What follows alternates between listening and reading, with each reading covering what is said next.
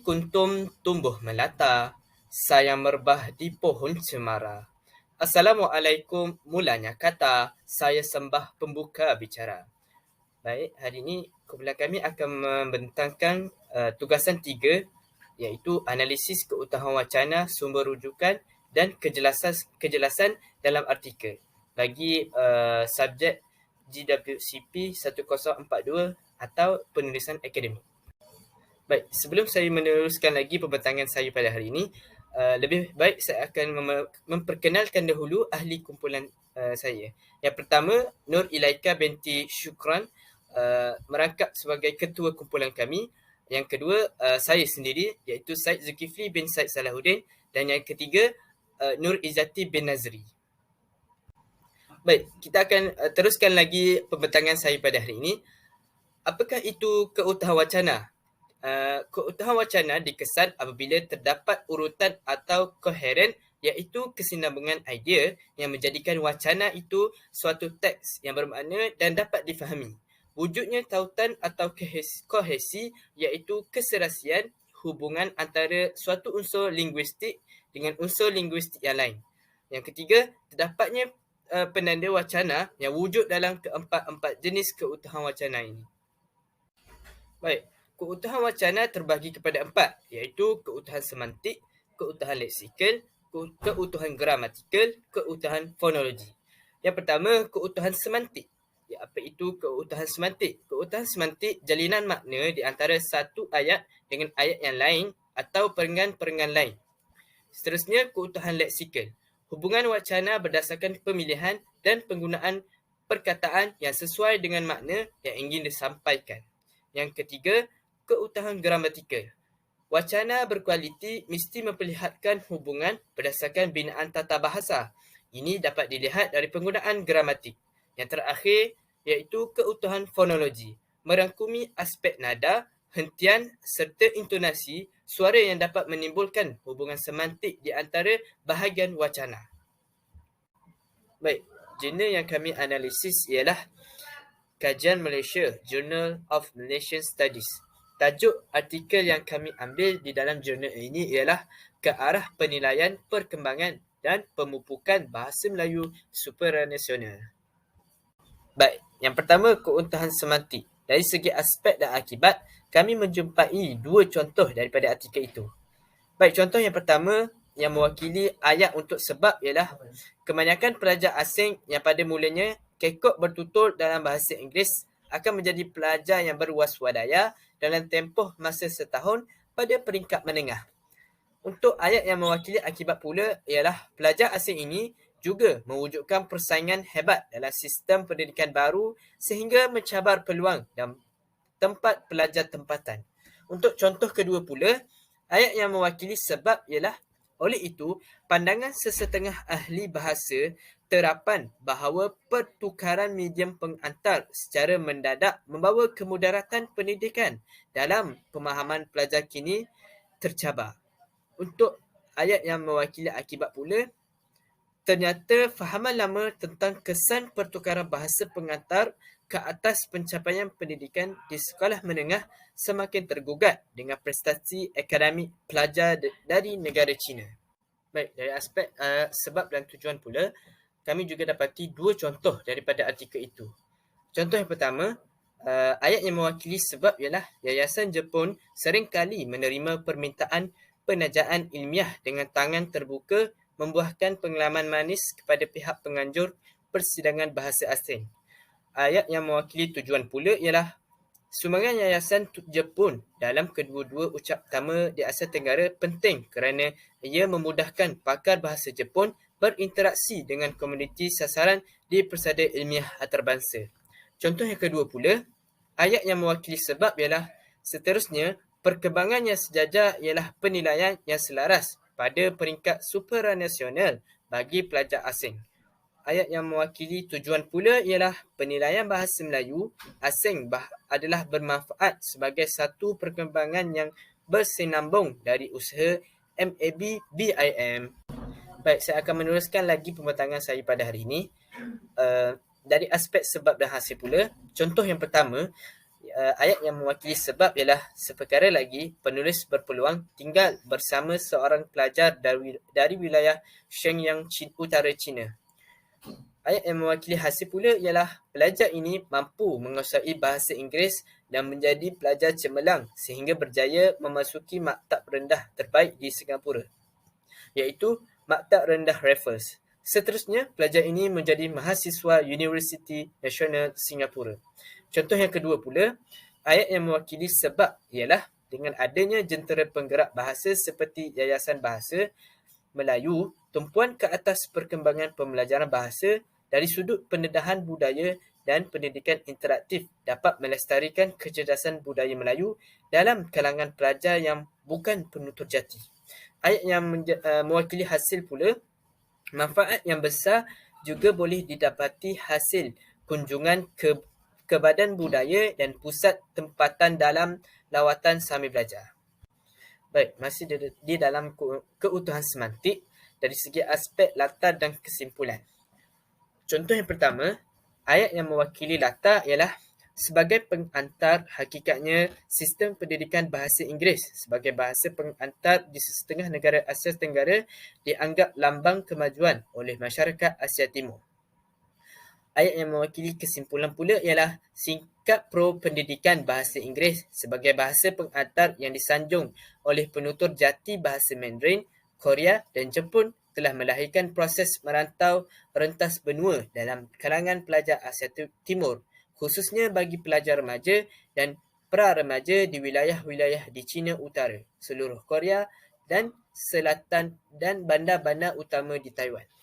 Contoh yang kedua pula, ayat yang mewakili latar ialah sebenarnya SOAS di London yang sudah tidak menawarkan subjek bahasa Melayu sejak 30 tahun lalu. Ayat yang mewakili kesimpulan pula ialah yang ada hanya modul bahasa Indonesia sebagai bahasa asing. Baik, yang kedua terakhir bagi keutuhan semantik dari aspek hubungan yang memperkuatkan isi, kami dapati juga dua contoh dari artikel itu. Baik, contoh yang pertama, isinya ialah pertandingan pidato antarabangsa Bahasa Melayu Piala Perdana Menteri 2012 telah disertai oleh 33 buah negara. Hubungan yang memperkuatkan isi itu ialah antara negara-negara yang turut bertanding ialah Albania, Afrika Selatan, Afghanistan, Belanda, China, Ghana, India, Itali, Jepun, Jerman dan banyak lagi. Baik, contoh yang kedua, isinya ialah penilaian akademik berperanan besar demi meningkatkan kemajuan pelajar dalam pendidikan bahasa asing. Hubungan yang memperkuatkan isi itu ialah sebagai contoh, penilaian progresif bahasa asing berupaya memberikan pengaruh positif dalam teknik pembelajaran elektronik. Keutuhan wacana dari segi hubungan semantik, dari segi konteks latar wacana terbahagi kepada tiga, iaitu kesatuan tajuk atau topik, antara penutur dan pendengar dan laras bahasa yang bersesuaian. Dalam artikel yang kami kaji, terdapat dua contoh yang dapat kami tampilkan bagi kesatuan tajuk atau topik. Yang pertama, dalam ayat perenggan di atas, mempunyai kesatuan topik kerana ayat yang kedua, iaitu ke-55. Pusat Pengajian Tinggi memperuntukkan dana bagi kursi pengajian Melayu merupakan penjelasan kepada ayat yang pertama, iaitu ke-55 markas antarabangsa masih aktif mempertingkatkan bahasa Melayu. Manakala, bagi perenggan yang kedua pula, ayat yang pertama menerangkan topik iaitu mekanisme pengurusan bahasa terancang dan seterusnya, ianya dikaitkan pula dengan ayat yang kedua iaitu tentang usaha-usaha yang masih lagi diteruskan bagi meningkatkan kefasihan bahasa Melayu sebagai bahasa asing di pasaran bahasa antarabangsa. Seterusnya kita beranjak kepada keutuhan wacana yang seterusnya iaitu keutuhan leksikal. Sebagaimana yang telah diterangkan oleh saudara Said pada awal video tadi, keutuhan leksikal ini merupakan penggunaan kata yang sesuai dengan makna yang ingin disampaikan. Keutuhan ini boleh dijumpai dalam bentuk antonim, sinonim, hiponim, homonim, pengulangan kata yang sama, kolokasi dan unsur bersambut. Berikut merupakan contoh keutuhan leksikal yang kami jumpa dalam artikel yang kami pilih. Apa itu hiponim? Hiponim adalah kata yang maknanya terangkum dalam makna kata yang lain.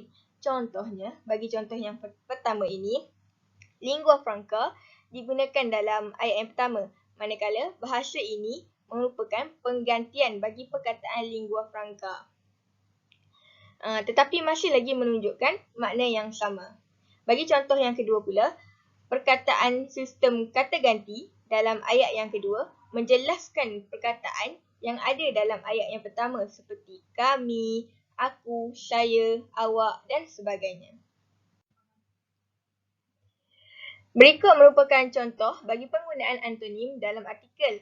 Bagi contoh yang pertama, dalam ayat yang kedua menjelaskan bahawa jangka masa yang diperlukan untuk menguasai bahasa Inggeris minimum adalah setengah tahun. Tetapi dalam ayat yang pertama, pelajar yang bermaster tinggi itu berjaya menyelesaikan diri dalam masa yang singkat sahaja.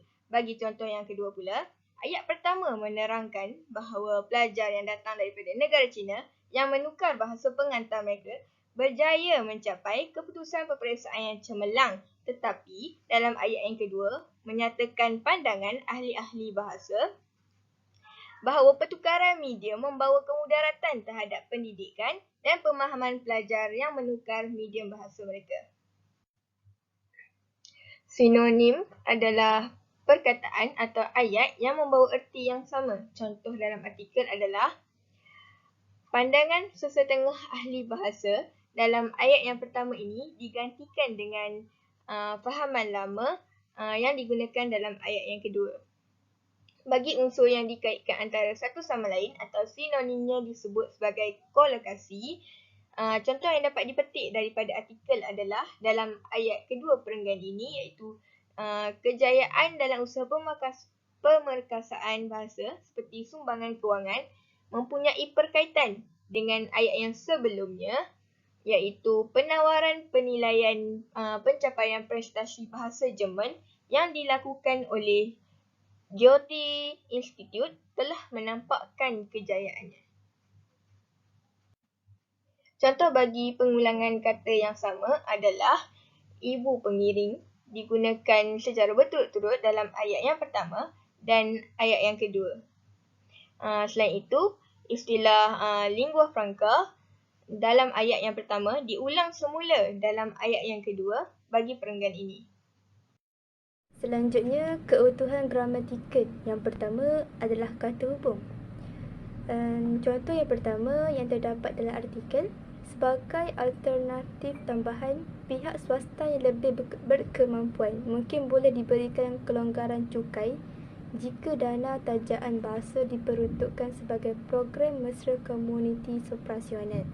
Jadinya, kata hubung yang digunakan dalam ayat ini ialah sebagai alternatif tambahan.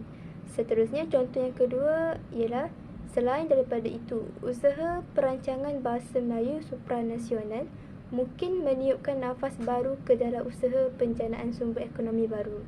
Di sini, kata hubung yang digunakan untuk menyambungkan ayat sebelumnya kepada ayat seterusnya ialah selain daripada itu. Keutuhan gramatikal yang kedua iaitu kata rujukan. Kata rujukan ini digunakan untuk menggantikan sesuatu, benda ataupun manusia. Dalam artikel yang kami kaji, kata rujukan yang pertama ialah guru bahasa dari Yayasan Korea pula begitu giat mendukung martabat profesion mereka. Jadi, perkataan mereka menggantikan perkataan guru bahasa dari Yayasan Korea. Seterusnya, contoh yang kedua ialah sistem penilaian bahasa asing yang mantap menepati jabatan dalam kerajaan Ainul Maziah dan Israji pada tahun 2009. Kajian mereka mendapati bahawa keinginan para pelajar memperlengkapkan diri bagi menghadapi keperluan kerjaya pada masa depan menjadi motivasi ekstrinsik yang paling penting dalam pengalaman pembelajaran bahasa asing. Jadi, kata rujukan yang digunakan ialah kajian mereka ditujukan kepada kajian Ainul Maziah dan Isarji pada tahun 2009. Akhir sekali, keutuhan fonologi iaitu nada suara. Dalam artikel yang dikaji, contoh keutuhan fonologi ialah apabila kayu pengukur prestasi pencapaian pelajar bahasa Melayu asing, ternyata bahawa kumpulan pelajar ini masih belum memiliki peperiksaan yang diiktiraf baik pada peringkat nasional ataupun pada peringkat supranasional. Jadi, keutuhan fonologi ini menekankan aspek suara sama ada berhenti ataupun di soal atau menggunakan tanda seru, tanda soal dan sebagainya. Contoh keutuhan fonologi yang kedua, pendidikan bahasa Melayu supranasional akan terkabul dengan perancangan dan rombakan struktural bahasa Melayu yang baru menuju ke arah pendidikan bahasa asing yang berpiawaian. Di sini, ayat yang digunakan ialah ayat penyata kerana pengakhiran ayat menggunakan noktah sebagai akhir kata. Seterusnya, kita pergi pula kepada kejelasan yang terdapat dalam penulisan artikel yang telah kami kaji. Kejelasan dalam penulisan bermaksud penggunaan ayat yang ringkas dan pendek, mudah dibaca, mudah difahami dan tidak kabur. Menurut Awagu pada tahun 2021, penggunaan kata-kata terbuka perlu dielakkan kerana ada kemungkinan besar pembaca salah tafsir akar reka bentuk dan tujuan kajian. Di sini terdapat 5 ciri kejelasan. Yang pertama, penulisan secara objektif. Yang kedua, perkembangan idea secara logik iaitu koheren dan kohesif. Yang ketiga, menggunakan bahasa yang formal. Yang keempat, penulisan yang jelas. Dan yang terakhir, penggunaan akronim dan kata singkatan. Selanjutnya, kita pergi pula kepada perkara-perkara penting dalam menghasilkan penulisan yang jelas. Yang pertama, susunan dan organisasi idea secara kasar. Yang kedua, memaklumkan pembaca perkara yang ingin disampaikan. Yang ketiga, kekalkan fokus kepada isi utama. Yang keempat, jadikan penulisan menarik. Yang kelima, tulis untuk sasaran pembaca. Yang keenam, kaitkan isi dalam peregang kohesi dengan idea utama. Yang ketujuh, elakkan bahasa selanggar. Yang ke-8, gunakan kata-kata biasa dan istilah yang positif. Yang ke-9, elakkan penggunaan kata-kata negatif secara berulang-ulang. Yang ke-10, elakkan penggunaan akronim dan kata singkatan. Yang ke-11, menyemak ejaan. Yang ke-12, tulis ayat yang pendek sahaja. Kohesi dan koheren. Kohesi ataupun tautan bermaksud keserasian hubungan antara satu unsur linguistik dengan unsur linguistik yang lain dalam sesebuah wacana untuk menghasilkan wacana yang mantap. Manakala koheren ataupun runtutan memberi maksud kesinambungan idea yang terdapat dalam sesebuah wacana sehingga menjadikan sesebuah teks itu lebih bermakna. Seterusnya, ciri-ciri penulisan yang koheren. Yang pertama, menentukan isi sokongan berkait antara satu sama lain. Yang kedua, mengeluarkan isi yang tidak menyokong isi utama. Yang ketiga, memastikan semua isi sokongan adalah berkait dengan isi utama yang dinyatakan. Manakala, ciri-ciri penulisan yang kohesi adalah berbagai-bagai struktur ayat. Seterusnya, menggunakan tanda baca yang betul. Yang ketiga, perenggan dibina dengan baik. Yang keempat, penggunaan kata hubung yang tepat. Dan akhir sekali, peralihan antara perenggan dengan bahagian-bahagian adalah secara tepat. Baiklah, kita pergi kepada contoh kohesi yang terdapat dalam artikel yang dikaji. Ayat yang pertama ialah penulis terhutang budi kepada pewasit yang memberikan cadangan bernas dalam 2 kitaran penilaian. Ayat yang kedua, cadangan membina daripada pewasit telah meningkatkan mutu akademik rencana ini. Di sini kita dapat lihat bahawa ayat pertama dengan ayat yang kedua mempunyai tautan. Maka sekiranya ayat itu mempunyai tautan, jadi penulisan ini dipanggil sebagai wacana. Contoh kohesi yang kedua yang terdapat dalam artikel ialah penilaian bahasa Melayu yang bertaraf antarabangsa akan berfungsi sebagai motivasi ekstrinsik dalam pendidikan bahasa Melayu asing. Sistem penilaian bahasa asing yang mantap menepati dapatan dalam kajian Ainul Marziah dan Isarji pada tahun 2009. Kajian mereka mendapati bahawa keinginan para pelajar memperlengkapkan diri bagi menghadapi keperluan kerjaya pada masa depan menjadi motivasi ekstrinsik yang paling penting dalam pengalaman pembelajaran bahasa asing. Maka di sini ditekankan tentang penilaian bahasa Melayu yang bertaraf antarabangsa. Jadinya setiap ayat dan ayat seterusnya mempunyai tautan. Jadinya ayat ini dipanggil sebagai wacana. Contoh koheren pula yang terdapat dalam artikel yang dikaji ialah Yayasan Bahasa Melayu ini berperanan sebagai ejen pengurusan lawatan luar negara bagi pakar-pakar bahasa di Perhimpunan Bahasa dan Budaya Antarabangsa. Usaha ini dipercayai dapat meningkatkan taraf bahasa Melayu asing. Yayasan Bahasa Melayu berpengaruh besar dalam pelaksanaan dan pemupukan bahasa Melayu supranasional baik dari sudut pendedahan, pemantapan ataupun perkembangan bahasa Melayu. Baiklah, koheren ataupun dipanggil sebagai runtutan merupakan asas yang utama dalam pembinaan wacana. Jadi, kesinambungan idea yang terdapat dalam ayat ini telah menjadikan ayat-ayat tersebut bertaut antara satu sama lain untuk membentuk wacana yang bermakna. Baiklah, sedar ataupun tidak, kita telah pun berada di bahagian yang terakhir iaitu bahagian C. Dalam bahagian ini, saya akan menjelaskan analisis yang telah kami buat terhadap sumber-sumber rujukan yang terdapat dalam artikel dan analisis sumber rujukan yang telah kami guna sepanjang kami menyiapkan tugasan ini. Penulisan yang baik akan mempamerkan isu kandungan yang jelas dengan turutan perkembangan isu yang teratur. Walau bagaimanapun, untuk menyampaikan isu dan menginspirasikan pembaca, ianya memerlukan fakta yang jelas daripada pembacaan yang jelas. Oleh itu, dalam sesebuah penulisan ilmiah, terdapat pelbagai sumber yang tersedia untuk dipetik dalam teks penyelidikan. Sumber ini boleh wujud sama ada dalam dokumen yang diterbitkan atau tidak diterbitkan, bercetak atau secara atas talian sahaja. Sumber rujukan yang telah digunakan adalah buku, jurnal dan laman web.